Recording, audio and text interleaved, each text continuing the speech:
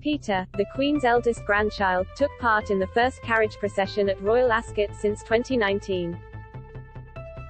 And he led the spectacle from the first carriage, sharing it with Prince Charles and Camilla, Duchess of Cornwall. Peter, who has been often described as the Queen's favourite grandchild, donned a dark grey suit and a top hat, matching the one worn by his uncle, the Prince of Wales. Camilla, on the other hand, donned a turquoise dress, accessorised with a hat with floral decorations. Peter's mother Princess Anne was also part of the procession, albeit in the third carriage. She was joined by Lord de Morley, the Queen's Master of the Horse, William Nunnally and Caroline Nunnally, one of Anne's ladies-in-waiting. Who is Peter Phillips' girlfriend and has she met the Queen? After splitting from his wife, Peter Phillips has found love again with Lindsay Wallace, 40. The daughter of an oil tycoon, Shush is already well known to the family, having gone to school with Zara Tyndall, Mr. Phillips' younger sister. And Shush has already met the Queen, sources close to the pair have confirmed. Learn more about Peter Phillips' new romance, who she is and how they met, here. The second carriage was occupied by 4 cousins of Her Majesty, the Duke and Duchess of Gloucester and Prince and Princess Michael of Kent. Finally, the procession included a 4th carriage, occupied by the Earl and Countess of Hopetoun, Tom Hopper and Princess Diana's goddaughter Lady Alexandra Hopper. The carriages passed in front of the racecourse's parade ring, where racegoers have been gathering since noon.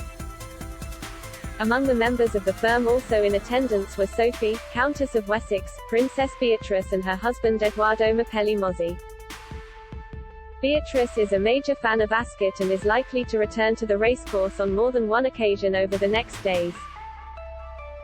This means her fans will have the chance to see her and Edoardo parading through the racecourse on a carriage. The Queen won't attend the races today, but royal sources said she is keen to watch some of her runners hitting the racecourse this week, leading to think she may step out of her residence over the coming days. Read more. Queen laying the groundwork ahead of next reign to smooth transition. However, they suggested Her Majesty would not take part in the carriage procession but, rather, she would arrive by car. The monarch, known for her love for horse racing, penned a heartfelt message for racegoers, released in the Royal Ascot's programme.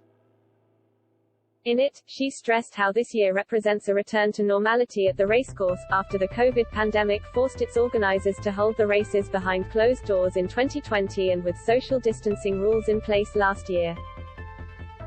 She said, "I am delighted to welcome you to the first Royal Ascot with a full attendance since 2019.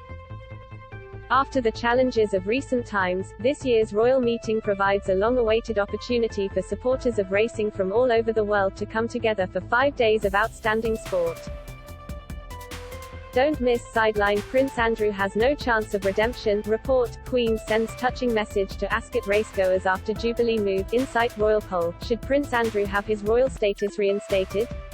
Poll. Once again, it is thrilling that horses from around the globe have travelled to Royal Ascot to compete at the highest level. The Queen then mentioned her Platinum Jubilee and the tribute paid to her by the racecourse to mark this extraordinary year. She said, "I have been most grateful for the continued kindness shown to me by the racing community. In my Platinum Jubilee year, I was interested to learn that in support of the Queen's Green Canopy Initiative, Ascot Racecourse and the Crown Estate have planted 70 oak trees in Windsor Great Park, each of which is linked to a local school. I hope you all have an enjoyable and memorable time, and I wish connections of the horses running this week the very best of luck." In previous years, the monarch attended all the 5 days of races at Ascot.